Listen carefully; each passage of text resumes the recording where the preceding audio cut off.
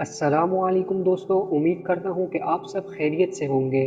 جیسا کہ ہم نے سیرت النبی صلی اللہ علیہ وسلم کورس کے تیسرے پارٹ میں بتایا تھا کہ حضور صلی اللہ علیہ وسلم کے جد امجد یعنی اسماعیل علیہ السلام کے سسرالی قبیلہ بنی جرہم کا قریش کے ساتھ کسی معاملے میں تنازع ہو گیا اور جنگ کی نوبت پیش آئی، اور جنگ کے نتیجے میں بنی جرہم، جن کے قبضہ میں اس وقت مکہ کی سرداری تھی، مکہ سے نکل گئے، لیکن جاتے جاتے خانہ کعبہ کی چیزوں کو زمزم کے کنویں میں دفن کر گئے، اور زمزم کے کنویں کا نشان بھی نہ رہا، اور کافی عرصہ تک کسی کی اس پر توجہ بھی نہ گئی۔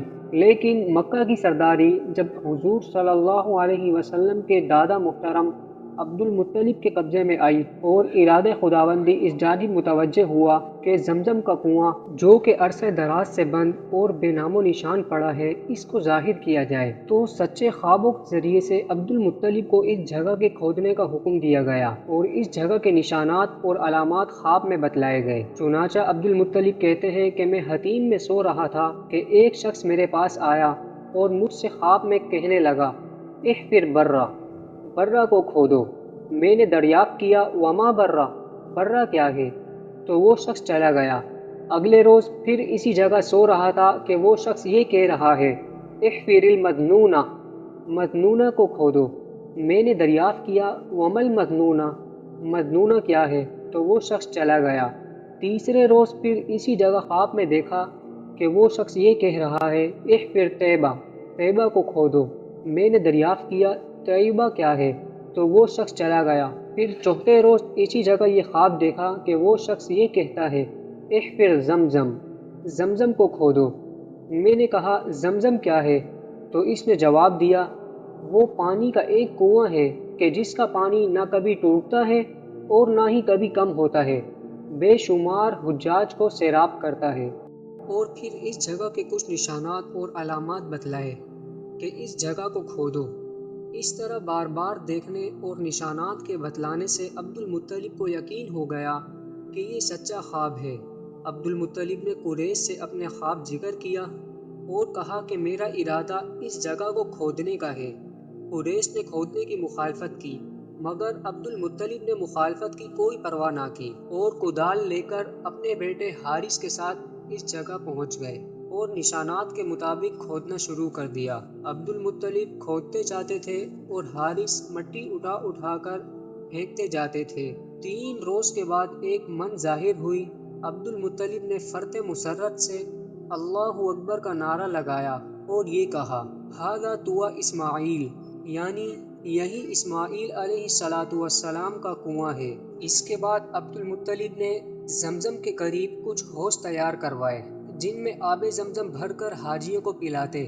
چند حاسدین نے یہ شرارت شروع کی کہ رات کے وقت ان حوضوں کو خراب کر جاتے، جب صبح ہوتی تو عبد المطلب ان کو دوبارہ درست کر دیتے۔ گھبرا کر اس بارے میں اللہ تعالیٰ سے دعا مانگی۔ اس وقت ان کو خواب میں یہ بتلایا گیا کہ تم یہ دعا مانگو، اے اللہ، میں اس زمزم سے لوگوں کو غسل کرنے کی اجازت نہیں دیتا، صرف پینے کی اجازت ہے۔ صبح اٹھتے ہی عبد المطلب نے اس کا اعلان کروا دیا۔ اس کے بعد جس کسی نے حوض کے خراب کرنے کا ارادہ کیا تو وہ ضرور کسی بیماری میں مبتلا ہوا۔ جب بار بار اس قسم کے واقعات ظہور پذیر ہوئے تو حاسدین نے عبد المطلب کے حوضوں سے تعارض کرنا چھوڑ دیا۔ زمزم کے کنویں کے کھودتے وقت عبد المطلب کا سوائے اکلوتے بیٹے حارث کے اور کوئی یار و مددگار نہ تھا، اس لیے اللہ تعالیٰ سے منت مانی کہ اگر اللہ تعالیٰ مجھ کو 10 بیٹے عطا فرمائے جو جوان ہو کر میرے دست و بازو بنے تو ایک فرزند کو اللہ کے نام پر ذبح کروں گا۔ جب اللہ نے ان کی یہ تمنا اور آرزو پوری کی اور 10 بیٹے پورے ہو گئے تو ایک رات خانہ کعبہ کے سامنے سو رہے تھے تو خواب میں یہ دیکھا کہ ایک شخص یہ کہہ رہا ہے، یا عبد المطلب اوفی بنذرک لرب ھذا البیت، یعنی اے عبد المطلب، اس نذر کو پورا کیجئے جو آپ نے اس گھر کے مالک کے لیے مانی تھی۔ عبد المطلب خواب سے بیدار ہوئے اور سب بیٹوں کو جمع کیا اور اپنی نظر اور خواب کی خبر دی۔ سب نے یک زبان ہو کر یہ کہا، اوفی بنذرک وافعل ما شئت، آپ اپنی نظر پوری کریں اور جو چاہے کریں۔ عبد المطلب نے سب بیٹوں کے نام پر قرعہ ڈالا۔ حسن اتفاق سے قرعہ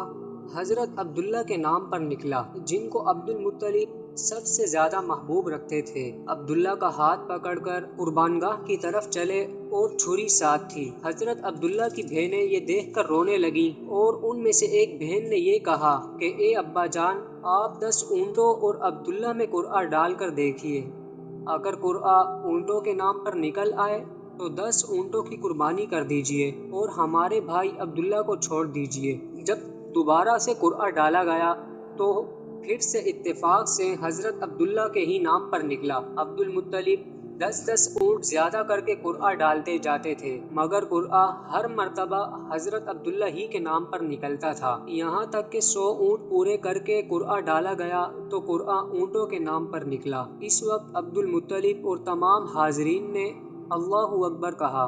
بہنیں اپنے بھائی کو ساتھ لے گئی اور عبد المطلب نے وہ 100 اونٹ صفا اور مروہ کے مابین نہر کیے۔ عبد المطلب جب عبداللہ کے فدیہ سے فارغ ہوئے تو شادی کی فکر دامنگیر ہوئی۔ قبیلہ بنی زہرہ جو شرافت نسبی میں ممتاز تھا، اس میں وہب بن عبد مناف کی صاحبزادی جن کا نام آمنہ تھا، ان سے حضرت عبداللہ کے نکاح کا پیغام دیا۔ نکاح کے بعد حضرت عبداللہ ایک مرتبہ تجارت کی غرض سے قافلہ کے ساتھ شام تشریف لے گئے۔ راستے میں بیماری کی وجہ سے مدینہ منورہ ٹھہر گئے۔ جب قافلہ مکہ واپس پہنچا تو عبد المطلب نے دریافت کیا کہ عبداللہ کہاں رہ گئے۔ قافلے والوں نے بتایا کہ بیماری کی وجہ سے اپنی ننھیال یعنی بنی نجار میں مدینہ میں ٹھہر گئے ہیں۔ عبد المطلب نے فوراً اپنے بڑے بیٹے حارث کو مدینہ روانہ کیا۔ مدینہ پہنچ کر معلوم ہوا کہ حضرت عبداللہ کا انتقال ہو چکا ہے۔ 1 ماہ بیمار رہے اور انتقال کے بعد مدینہ منورہ ہی میں نابغہ نامی مکان میں مدفون ہوئے۔